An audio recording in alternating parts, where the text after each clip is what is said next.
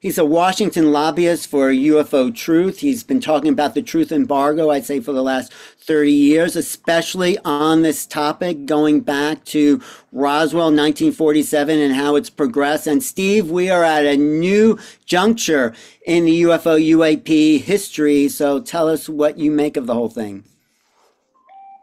Let me try to put this into a context that's kind of appropriate for the program and your audience. So I'm going to start at year 1900. Starting in 1900, this is the turn of the 20th century, beginning of the 20th century. We went through an intellectual worldview change, extraordinary, almost nothing quite like it in history. And a very short amount of time, we saw the emergence of relativity theory, special relativity theory, quantum theory, atomic physics theory, and general astrophysics. And this intellectual shift just continued right on through the first 40 years of that century. And I say intellectual. In other words, the intellectual perception of the world and how it works and what it does in a way that could be proven and useful. Okay. So that was pretty good. But then, starting at the beginning of World War II, we'll call it 1940, another massive change occurred. Not so much an intellectual revolution or paradigm shift, but a technological paradigm shift. A lot of it was driven by World War II, which is the most technological war in all of history. Massive billions and trillions of dollars, current dollars were spent developing every manner of technology in order to win the war. But as we know, ETs were around. The government probably knew about this no later than the Foo Fighters, but may have had a vehicle prior to that, but it was pretty tightly held. But they certainly had a vehicle and a live ET as of Roswell, which is now 1945. What goes forward after that is the greatest technological revolution in history, almost equaling everything that has come before. And we're talking 84 years from 1940. All right. Pretty big deal. And all technological change has worldview impact. When the car turned up and people started having cars, it changed the way they thought. It changed the way they engaged the world. All right. Airplanes, oh my Lord. When everybody could fly and see the world from above, interact more. And then all kinds of medical technology changed the way we think. And let's don't even get into the internet and smartphones and so forth, which were utterly changing the worldview, if not rewiring the brains of our kids. So this last 84 years has been something else. But there's an aspect of it which is appropriate to this show.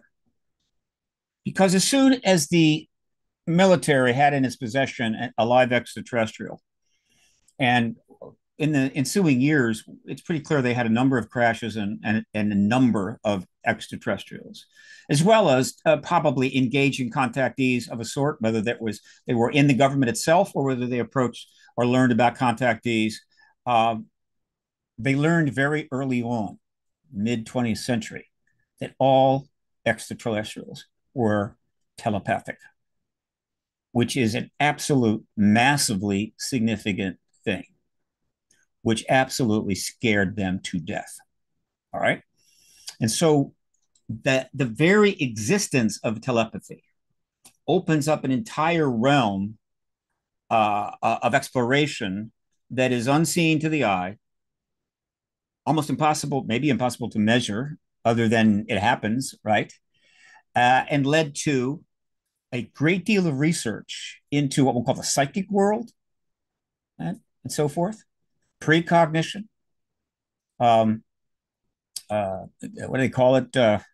Psychokinesis, remote viewing, and so forth, which obviously is a pretty esoteric areas. But they were all being done by our government in secret. They classified all of this,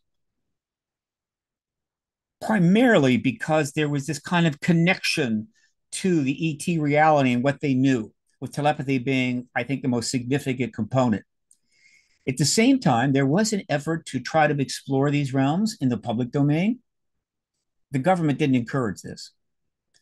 A paranormal program developed at Duke University. There was a pretty significant program that developed at Princeton, and that was kind of out there.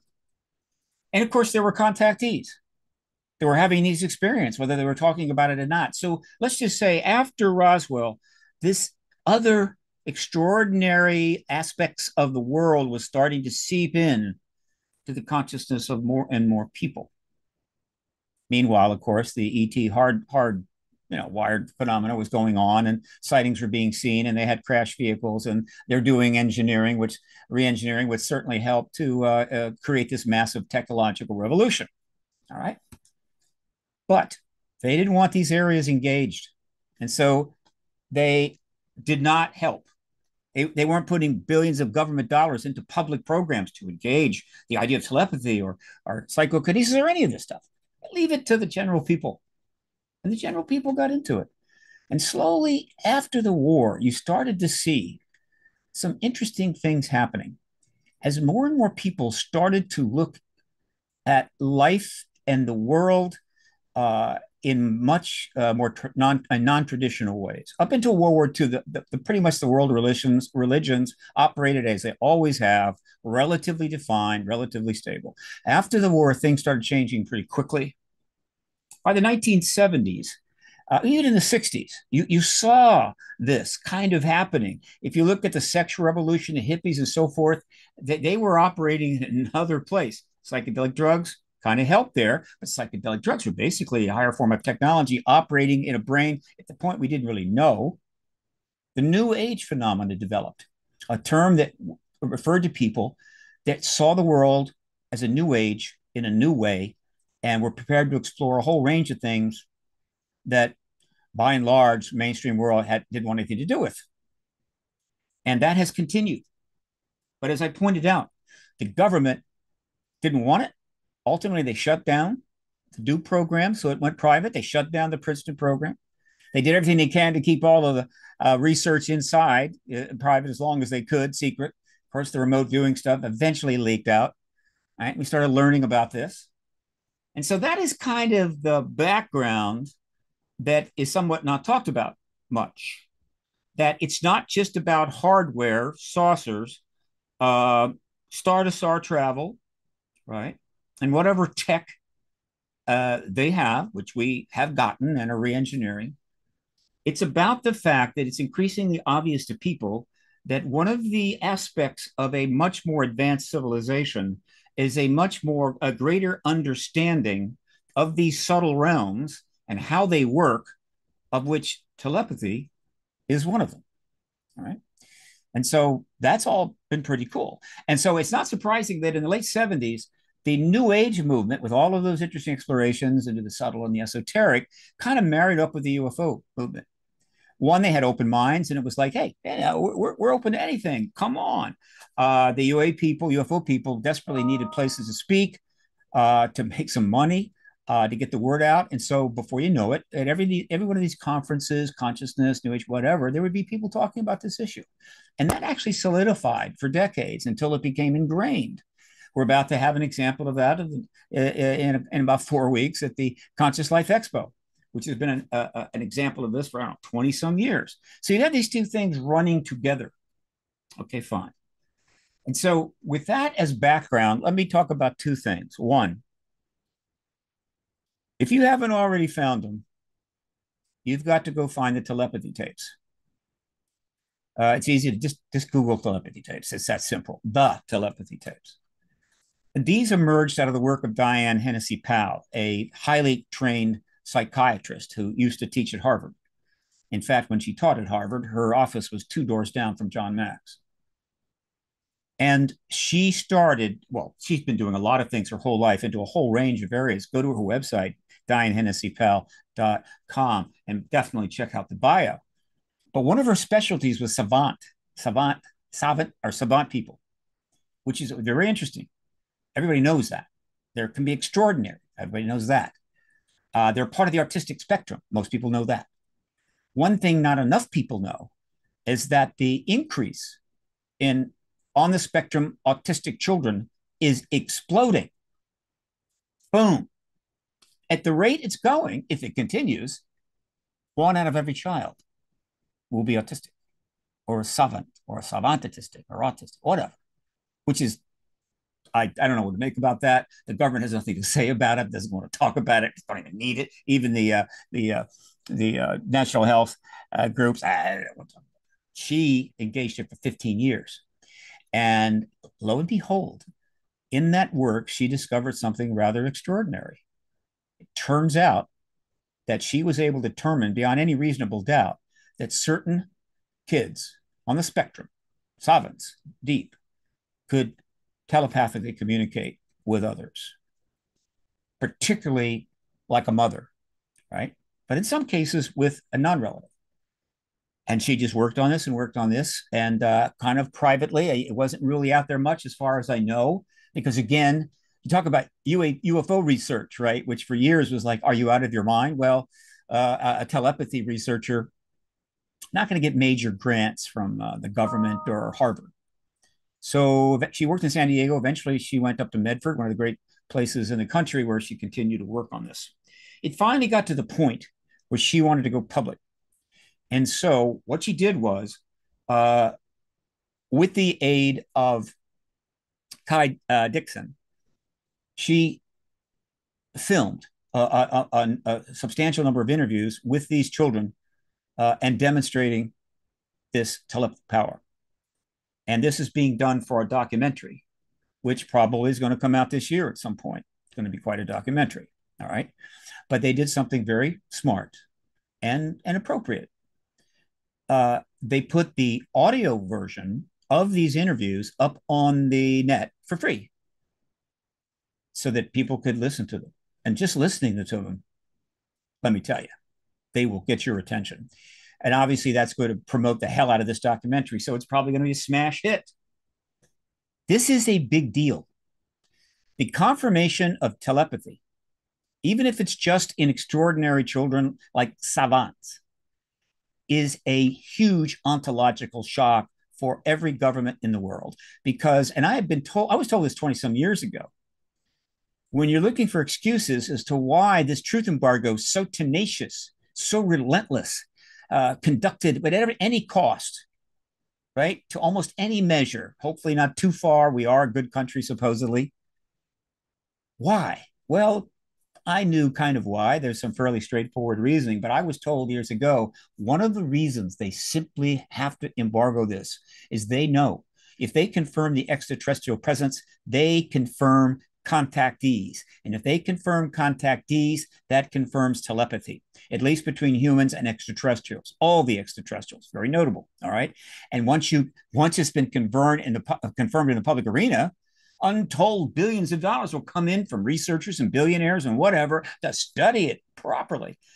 A million times more than, say, Duke was ever to do.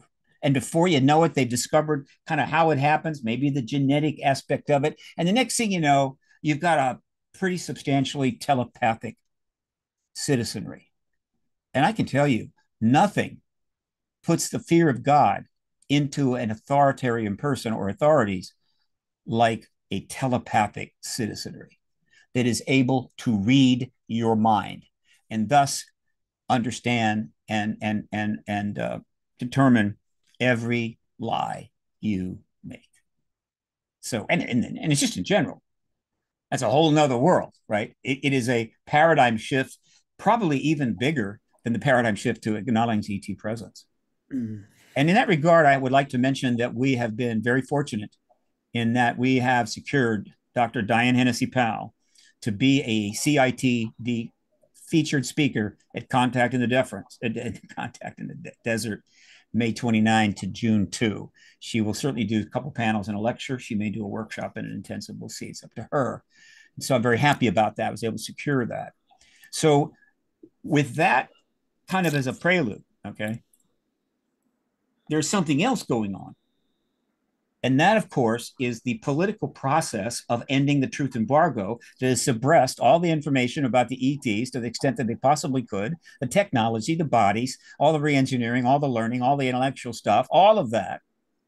And, of course, the truth of the telepathic nature of advanced beings, which apparently seems to be a fundamental in the universe, sort of like, the laws of physics, right? Every planet has the same law of gravity. It would seem, given we have 5 or 6 species here, all telepathic, that you can't get sentient without eventually getting telepathic. It seems to be a manifestation of sentience itself once it has developed a little further. Or once you're further advanced, particularly in the area of genetics, it's possible to do little, how would you say, CRISPR cutting and put a gene here and a gene there, and voila, you have a nice radio that can send and receive. I don't know, but it's a big deal. Okay, now, while all of this is going on, there is another engagement, and that is the formal engagement of the ETs and the human race. Now, robustly 78 years old. I put the beginning of this in Roswell, at July the 8th, 1947. And why I say that, beginning of the truth embargo, rather, is that was the evening that Roger Ramey held another press conference and said, this is just a weather balloon. There's nothing to see here. Right. And so, and that was July of 1947. All right. In July of 1952, we had a flyby over Washington, a big flap, but not as long as huge as some, but it was all over Washington, D.C. and the Capitol. So that gave it 10 times more significance. And that flap, UFO flap, which was seen and photographed, though the photographs seem to have disappeared, but they've been rendered, scared the hell out of the United States government because they were hoping that wouldn't happen, but it did. And so they did the best. They responded to it. They said, there's nothing to see here. It's okay, not a big deal. Donald Keogh said otherwise. He said, no, those are extraterrestrials. And then they convened a panel conveniently out of the CIA that basically concluded there's no threat, but the people can't handle it. So we're just going to suppress it. And that's the formal beginning, I guess you could say, of it.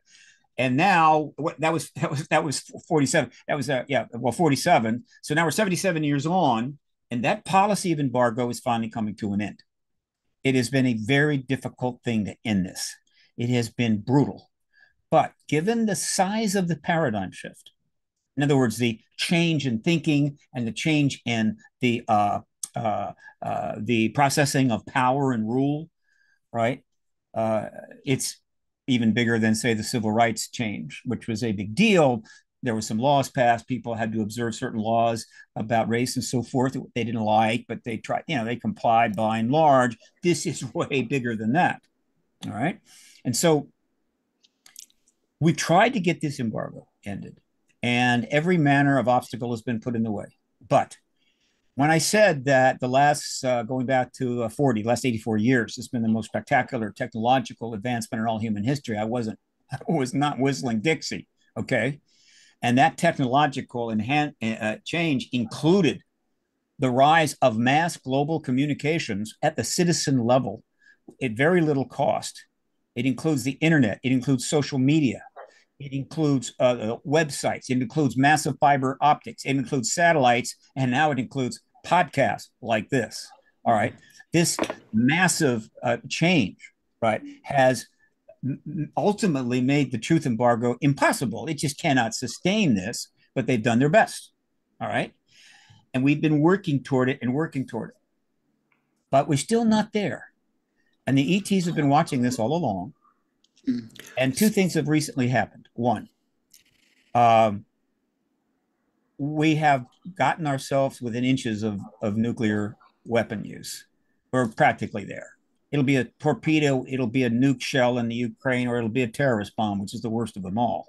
We're right there. Could happen tomorrow. Trust me. There's logically no reason it won't. And that is huge. It's a big deal. And they've known about that all along. There's a reason that they show up en masse after we drop the bombs on Hiroshima and have never left since en masse. Okay. So that's a big deal. At the same time, we have made so much progress toward disclosure, but we can't quite close the deal, and we're running out of time. And so 2 years ago, a UFO flap began, but it wasn't immediately apparent because these days it's hard to know what a flap is. I mean, there's stuff coming in here, there, whatever. You get the sighting in an article. But we now realize that something big was developing. And the first hint I got was some time ago, about 2 years ago, when I saw a film that came out and got spread around about stuff swarming around a warship off of San Diego, United States warship. It got a lot of attention. All right. And people, oh, what is this? What is this? And they sort of referred to it as drones. They said it's drones. A drone swarm around the ship. And I said, well, that's interesting. But of course, I also thought something else. That can't happen. It cannot happen, period. No warship will let drones travel in its vicinity that isn't our drones and just let them do it. They will blow them to hell, period. It's not an option. Absolutely, certainly. And it didn't happen. So what's going on? But I filed that away because this stuff is happening all the time. It's just a John rush of things and evidence and videos and God knows what. And then on May the 17th, 2022, the first hearing since 1968 was held before, I think, a subcommittee of the House Armed Services. Gallagher was on there, and I forget some of the others. And they brought in Moultrie and Bray, who were then running the ATP task force, or the UAP task force, rather. And it's in early stages. They wanted to check in, give a little briefing. They didn't have much to say.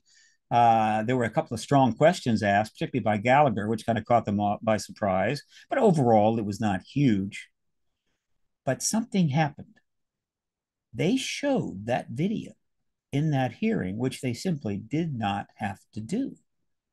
You do that. There's a lot of videos out there. Why are they showing this video of a drone swarm around a ship? I mean, Bray can't deal with it. They're not going to be able to deal with it, but they showed it anyway. And so what Bray does is he kind of debunks it. You know, it's like a camera angle that looks like this, but there's really nothing there, whatever. And that was that. They moved on. I had to conclude that the reason they did it was to get a little debunk there because that was a problem for them. And now we know why. Because as you move forward from May 17th, or at least that period, more and more things started turning up about more and more military and other sensitive facilities. And the amount was not enough to trigger a mass response because we're always getting stuff in. You know about that. It's not like we have the money, millions of dollars to catalog everything, analyze it deeply, go out, do checks. No, just we process this stuff knowing where it's all leading. And that continued. And then, of course, the disclosure process was underway at the time, making some progress with some setbacks. And then the war in the Ukraine getting worse and worse and worse, the threats growing and growing. And then the Middle East completely blows up, sky high. And all of a sudden, a few months ago, all hell broke loose. Right. And what they started was the greatest UFO flap in history. Hundreds of these, what we'll call craft or phenomena, which they can create. What they don't seem to be piloted, but we don't know. And if they're not piloted, whatever, anything unpiloted in the sky is a drone. Period. All right. So we'll assume they're unpiloted. Therefore, they're ET drones. They're flying all over the place. Very obvious. Not the daytime so much. At the night when you can see them. And they're not flying over the middle of Nebraska or North Dakota, where who the hell would even see it? They're flying over military bases, which means absolutely they will be seen, filmed, and it's a big deal because that's not allowed to happen, period. So the bottom line, Steve, is that these drone sightings we're seeing now are ET or mixed ET military. What's the bottom line with what's happening now? Okay, I'll give you so how much time have I got? Because obviously I'm almost out of time. What have I got? That's okay. That's okay. It's a great history you gave us, so that's good. So this is the biggest UFO flap ever, and it is intentional. There's no question that this is not just, oh, gee, we're just feeling like getting out more. No. And immediately it created a massive problem for the United States government, the Department of Defense. Huge. What do you do? What do you do with 8, 9, 20 information plasma balls here, there, whatever, over multiple facilities, even in other countries? You step out in front of a mic and the reporter says, do you know what these are? No, we don't. You don't? Well, if you don't know what they are, that would be a threat. And if they say, yeah, it's a threat, then everybody puts their hands up and say, oh my God, all hell breaks. So no, we don't know what they are, but they're not a threat. Well, that doesn't make any sense. And so, and could they be foreign? No, and they can't be foreign. And so there's nothing they could do. As that thing is developing in the early days, they're going, what in the hell are we going to do? Because we can't stop the ETs from doing whatever the hell they want. And so it appears that the extraterrestrials have a game plan here. And it's this: we're going to paint the US government, particularly, into a corner when there is no way out but to disclose. We're going to force it, right? And so they're doing this. It's the videos are coming in. And at some point, going back, I'm not sure when, I don't have the money to follow all this stuff that closely, though I do track all the media. The government sat back and said the only thing that we can do to minimize this and hold it off for a while, we've got tons of drones. We've got all kinds of drones, many of which people have never seen. They're absolutely advanced technology. They're completely classified. They can do things like you can't imagine. Drone research has been gung-ho for decades and decades. It's the future of war, assuming we keep doing war. And so they got plenty of them. So they started launching these drones up into these events whenever they happen, right? They're not putting them up over military bases where there's no plasma craft or balls or whatever the hell. They're putting them up into the phenomena. And it's pretty clear for a reasonable person to kind of see, oh, that's a drone. And so they've inserted drones into the phenomena, which means they can call it a drone swarm and therefore imply it's all drones. These kind of really look like drones, but that group of plasma balls, oh, yeah, they're drones too. Mhm. It's nothing but semantics. It looks like, though, Steve, there's a plan here on the ET part. This is the first step. Absolutely. 1, 2, yeah. They are trying to put the government in a position where it has no move other than to say checkmate. All right. And so this has now been going on, and the government's doing everything it can, but it gets worse and worse because once they put those drones up, it gave themselves bought a little time, bam, and saying, we're talking drone swarms.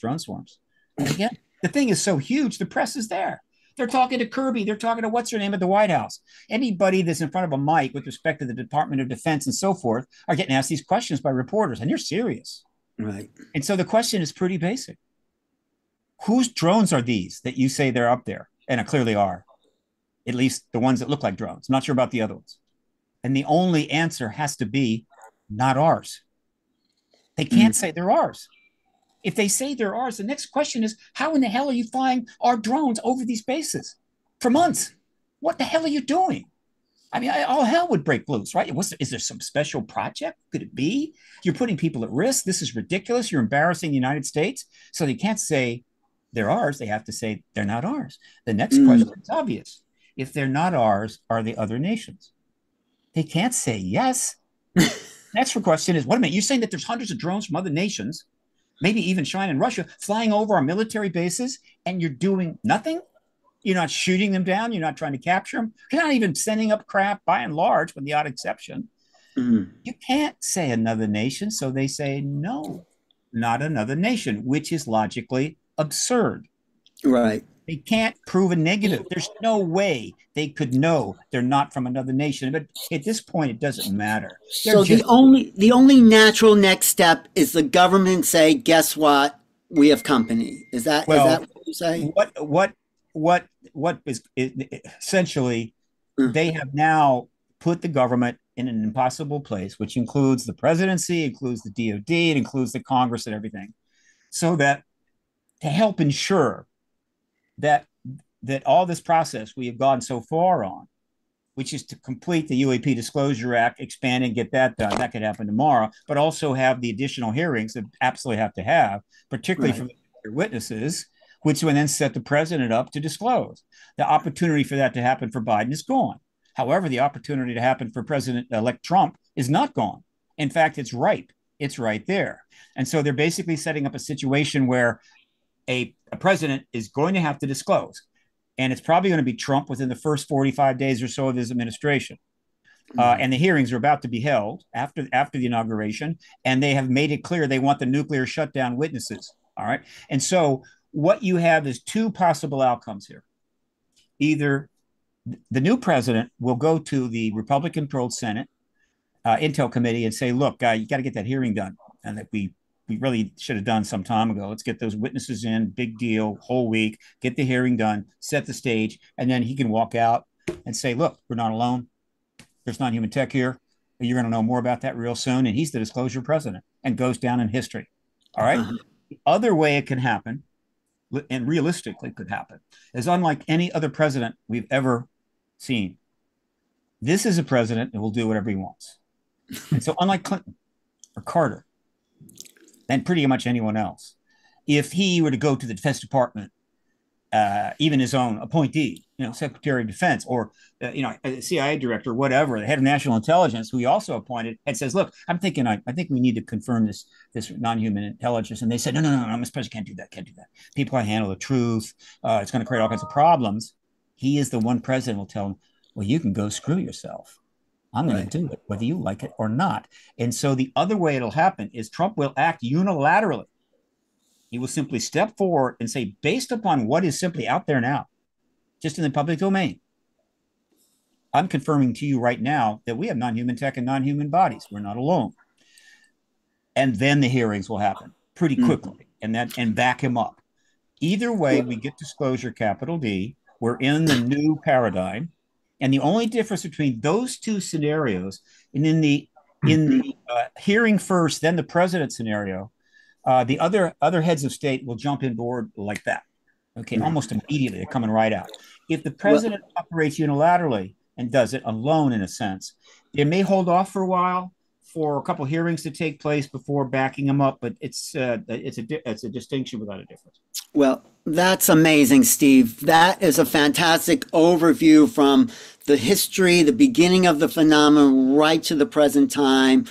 We'll see how it's unfolded, will unfold and get to some of the other people on here. But thank you. Stick around, Steve, because I want to do two things. First of all, thank you, Steve. We let you go about 3 times longer than you were scheduled for because you gave a tremendous history lesson. It was great, and you set beautiful context. And I also want to really encourage everyone to join the Paradigm Research Group. This is, of course, we've talked about it a lot on this show. A lot of our favorite people are involved with this, including Steve. It is probably the most important organization you can join to really support getting positive action. Steve, is there anything you want to say briefly about the Paradigm Research Group? Well, anticipating disclosure, I converted a couple of months to a nonprofit 501c3 based in Washington, D.C. The board of directors is myself, Danny Sheehan, and Paul Hynek. We're already receiving donations, and the more donations I get, the more stuff I can do. All right, that's number one. And that's all on the website. You can see the website is now in transition. It's converted, but it's got about 50% more work to be done. But it's okay. But it's going to get better. And then the other thing is that there's another organization that you need to engage, join up, and pay attention to, and that's the New Paradigm Institute.org. Yeah. Paradigm got that in common, got the common board. There's a reason for that. It's not an accident. The New Paradigm Institute has much more money, and it's already got multiple projects underway, including how to engage the Congress and so forth. So those two, but then there are other organizations literally forming, Soul Foundation, UAP Disclosure Fund, like 2 or 3 more I just learned about. They are literally coming together in real time because every single day, more and more people understand disclosure is about to happen at last, and we need to get ready for it now. And here again is New Paradigm Institute. We actually have had Danny on the show twice in the past 6 months, including when he kicked this off. But absolutely, New Paradigm Institute is also really, really important. And we're going to hear tonight, Steve, from some other very important organizations that have formed where people can participate, connect, and we're going to be learning about those later this evening. I want to invite our other presenters. Yes. Please keep to your time. We let Steve go for it because he's Steve Bassett. And Steve, you really gave a wonderful historical context. But let's try and keep to our agenda. It's already going to be a 3.5-hour show, everybody. That's why we start at 5 o'clock tonight. And I'm going to turn over to you, Alan, to introduce our next guest. Yeah, and thank you, guys. Yeah, thank you, Steve. Steve, this is not something he just picked up. He's been at this for 40 years. And 29 years, man. I'm not 39 years, excuse me. So it's his passion. It's my passion. And it's a lot of people here on this broadcast. I think it's the most exciting thing happening on the planet.